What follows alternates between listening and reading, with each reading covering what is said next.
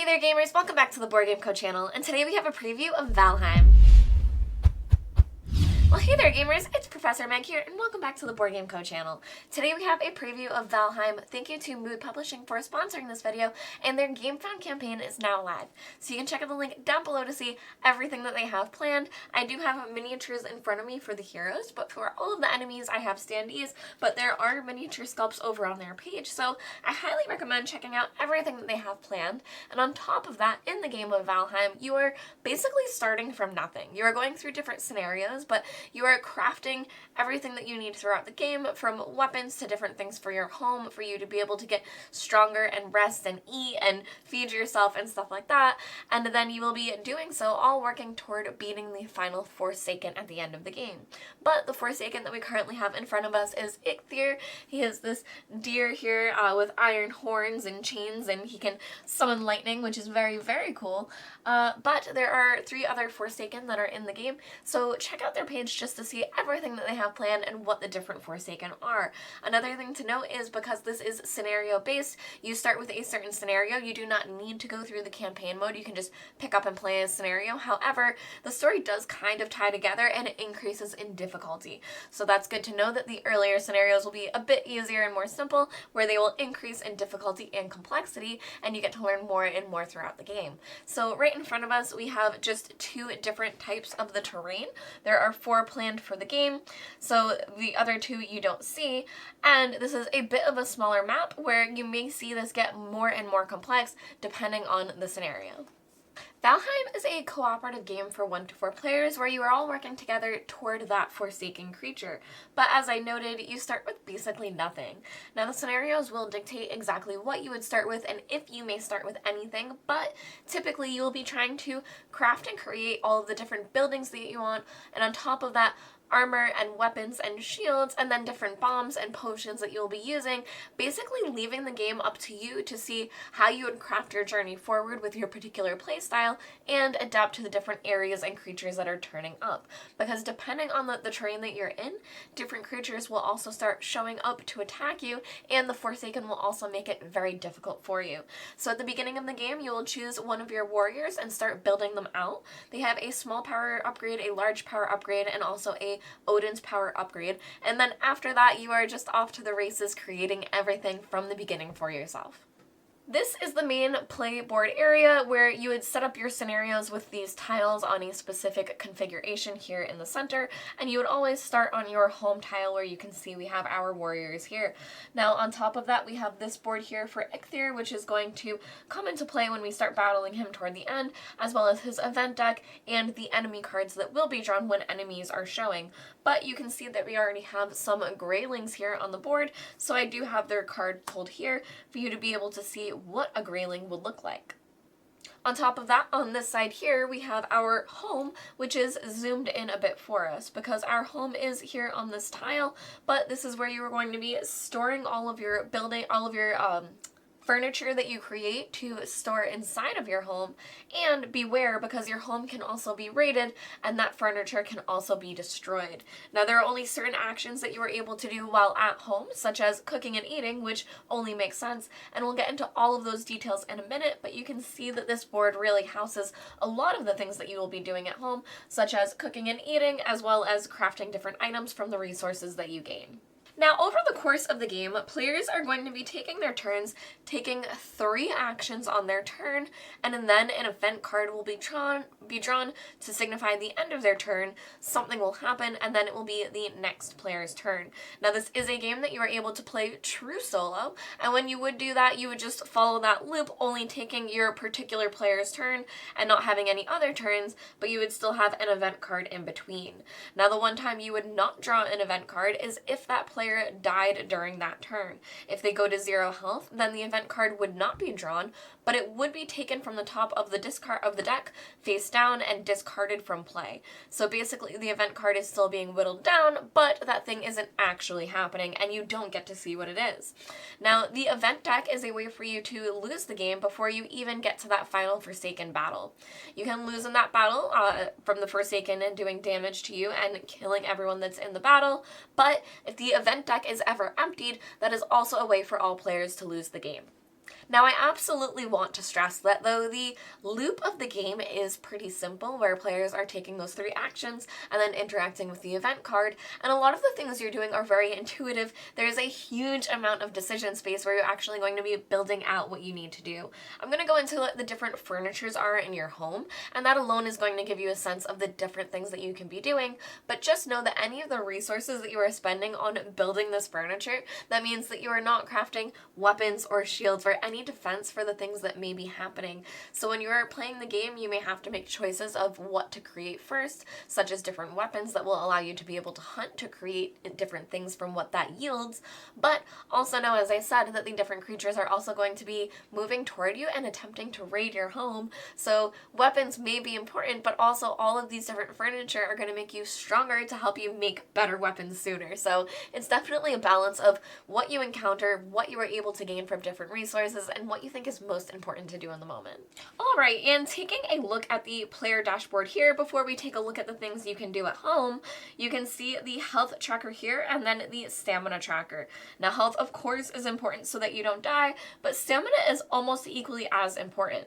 You'll be spending stamina on different things, but one thing to note is that if you ever run out of stamina and you need to spend stamina, you will instead lose health. So it's very important to not only decide when to spend stamina and when to save it, but to make sure that you heal that up almost as much as you are watching your health. Players also start off the game with some skills. So I have a small upgrade skill and a large upgrade skill, and my small one would be sapping. So when you do this, as soon as you do the first part, you get the final part in play for the rest of the game. So this one is use a bomb during combat. You're also able to craft bombs and use them during combat. And if you do so, you would take a white marker here to indicate that you have done that, and then you would be able to get a free fabricate bomb action. Now here we have Guardian, and for these ones you would have to complete it 3 times before gaining the ability. So this one is craft a defensive item. So to be able to do that, such as our wooden shield here, we would then take one of our cubes and fill this in, and you know that they're defensive because they have this blue background, and blue are the dice that you roll for defensive maneuvers. So once you have 3 of those placed there, then you would be able to activate this ability as well, which would be gain 1 health when ending your turn in the house. So as soon as you have this and you are able to buff it up whenever you end your turn in the house, that's a way for you to gain additional health and heal off of that. There's also your Odin's Power, which this is one that you would have to spend stamina to be able to do. It would cost me 3 stamina, and I'm able to re-roll 1 black die. Now the black die are the ones that the enemies are attacking with, meaning that I would be able to hopefully change an enemy's result during combat, but again, it would cost me 3 stamina to do so, and that may be something that I may or may not want to spend during the moment.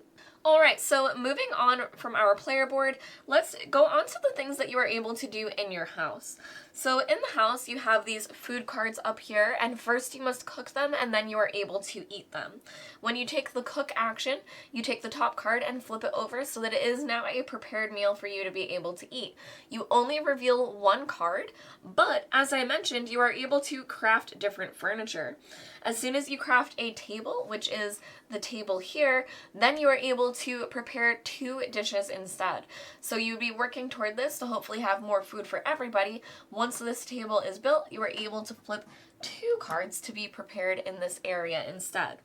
As you may expect, another action you can take in the house is to eat the food. When you eat the food, you gain the abilities on it. You would gain the stamina and health back depending on what is showing, and you could potentially gain a reroll token as well.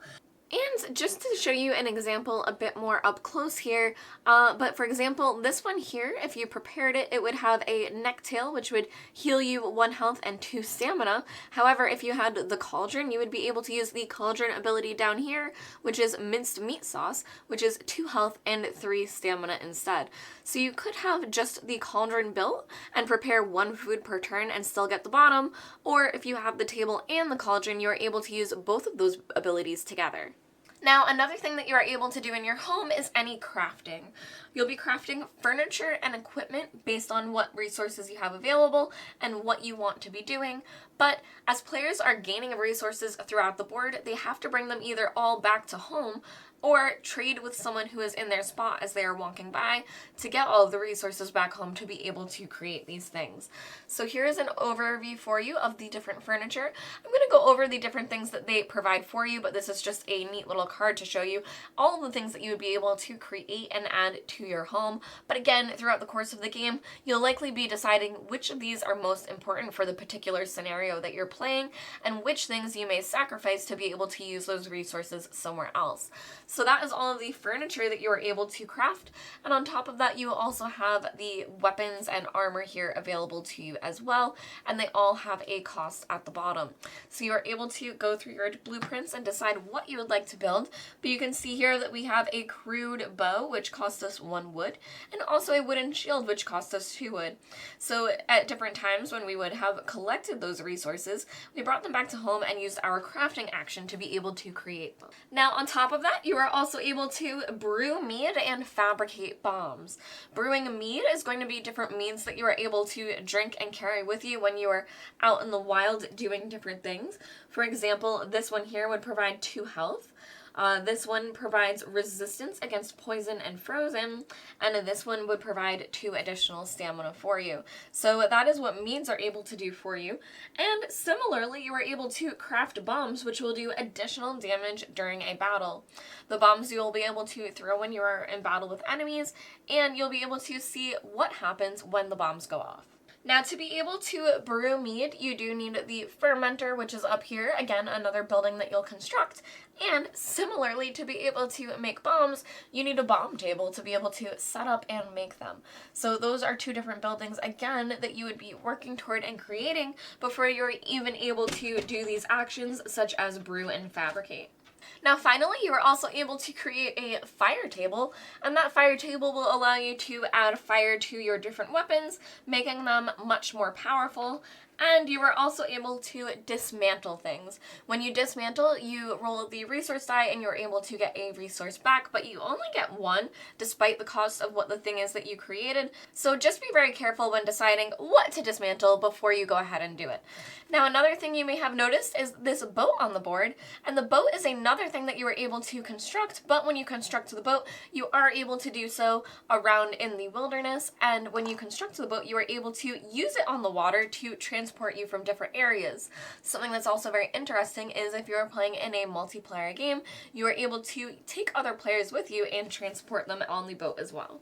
Now, before we leave home and go into our other different actions, we also have here a rug which you are able to construct, and that is when you end your turn in the home, you are able to add an additional stamina and recover it.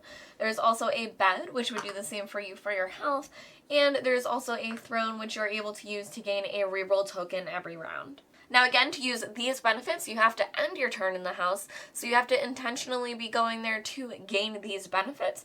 However, they can be really great things for the party to be using. Now, going through a lot of the house actions also moved us into a lot of the actions that you're able to do outside of the house. So before we get into anything too messy, one of the first things that you're able to do is collect. And if you see this green collect resource die here, you would have to move through to get here, which you are able to move to when you take the move action. But to take the collect action here, you would roll the resource die, and on a 1, you would gain 1 resource of that type. So for example, this is a wood, but if I rolled this symbol, I would be able to get 2. However, this would represent me making noise while doing so, and it would attract nearby enemies.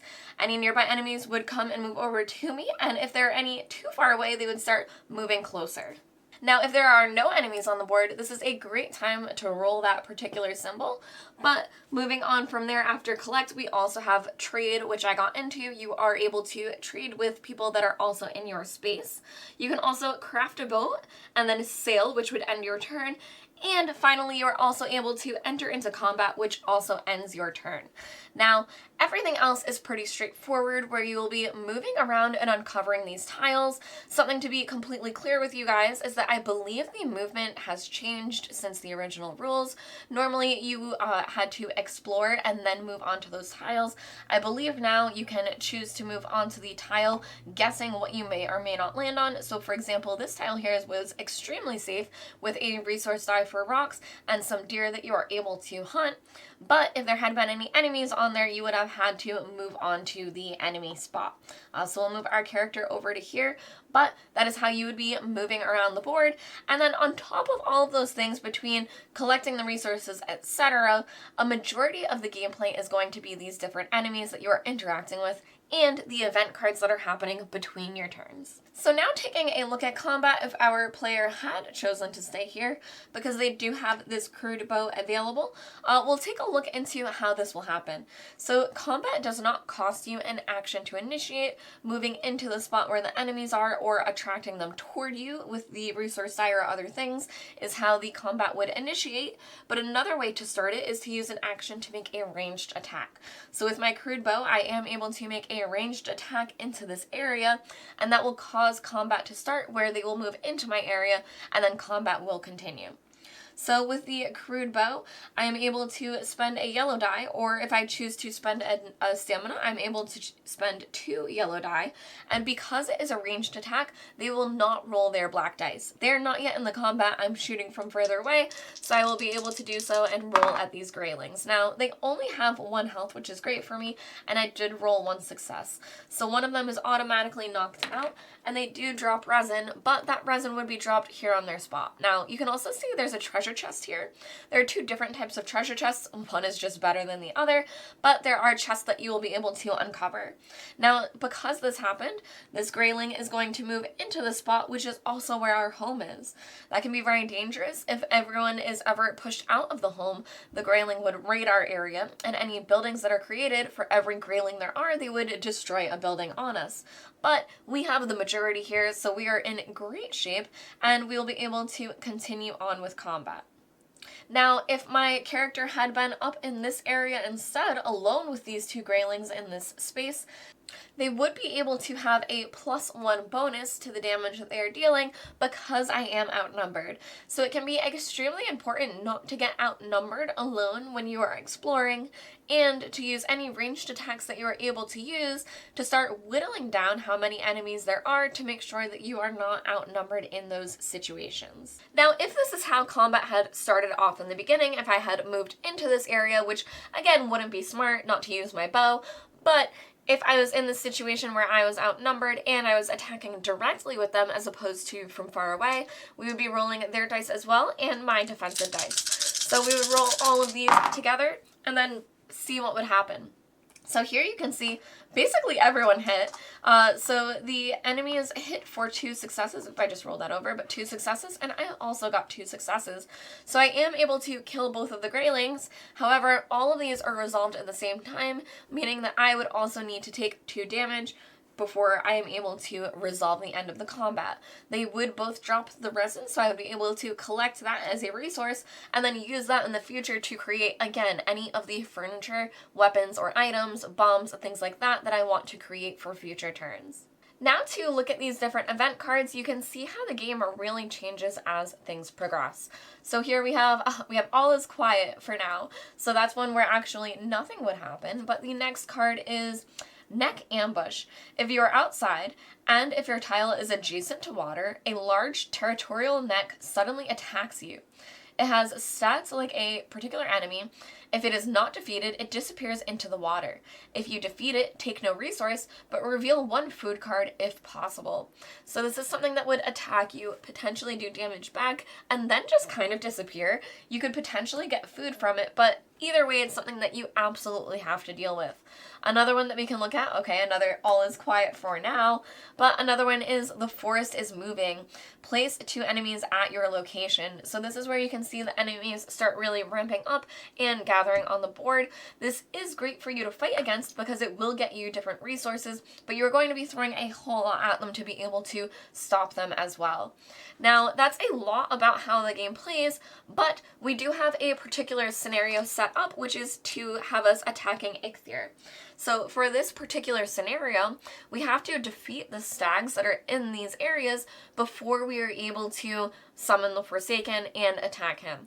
Now again, you want to get better weapons and your means and your bombs before you are able to head up and fight Eikthyr, but you also need to make sure that you do the scenario objectives before it's even a possibility. So you know that you will need to be exploring up in this area before you can move forward. Now, once you are at the point where you are ready to summon Eikthyr and all of this has been taken care of, you need to find their altar, which there is one right here for him, which is great for us that we already have it uncovered. So once the objectives are taken care of, we would come here to summon him, and that is when this board would flip. So this is actually 3 boards on this side and 3 boards on this side that clip into the main board, and honestly, it fits pretty snug and nice. And I have Eiktyr's area separate here for you. So this is where you would have your final battle against him. So the pace of play of the game is that you are going to be exploring throughout the scenario, trying to get as powerful as possible, but it will all culminate in a final battle against Eikthyr in this arena. Now, the entire point of the game is working toward this battle and surviving. If you don't win this battle, you lose the game, and it's everything that you are working toward. So while you do want to make sure that you take your time and you're making very efficient choices of what you're crafting, you also have that event deck that if it ever runs out, you also lose the game. So you are on a bit of a clock that you can't take too much time, and as players are dying and taking damage, if you're being a bit too reckless, you are also losing those event cards and having them be discarded. Now, when this board flips and this final battle takes place, this is now the only thing that matters. You'll be fighting off against the Forsaken that is summoned to that area, the one that you are currently playing with, and they will have a separate battle deck that they will be going through, as well as different actions that will happen for them depending on what is rolled on their black die. On top of that, players will have different penalties throughout the board depending on what's happening, such as being able to do additional damage, having to spend stamina to enter certain spots, or they will be taking additional damage if they are ever just too close to the main enemy. Overall, the pace of play of the game is going to be exploration and decisions. You're going to have a lot of fun deciding what you want to lean into, whether it might be bombs or ranged weapons, or if you want to be someone that's gathering a ton of resources and just building furniture for the team to be able to cook and heal and rest when you need to and come back home. But again, you are all working toward that final Forsaken and the synergy together, or testing your true solo skills when you're doing this alone and trying to figure out exactly what you need to be able to get yourself out of this situation. The event cards are really going to change a lot of things. For example, Eikthyr can get summoned to the board earlier and start summoning different enemies that will then come in and raid your home. So everything always feels dangerous, and home also never even feels safe. So you'll be definitely customizing a lot, and there's a ton of replayability in the game, both with these starting abilities that you have, what you encounter and where these tiles end up, and what resources you can get and what you craft at the beginning of the game, but also all of the scenarios that you are able to play that change up the different terrains for you, the Forsaken, and different win conditions for what you're able to do. For example, we had to attack the stags here. Now, these stags in this scenario, when you are trying to gather resources from them, you would need the double die, so that's when you're trying to roll the double hands and not just the single hand, which makes it a bit more difficult. So you can see where the scenario rules really change what happens and makes it a bit more of a challenge for you, especially escalating in difficulty as you get higher in scenarios. You can check out their GameFound link down below to see everything that is planned for Valheim, especially the miniature sculpts and the other Forsaken that I did not go over here. Thank you to Mood Publishing for sponsoring this game. I'm Professor Meg, and I will see you all next time. Thanks for watching!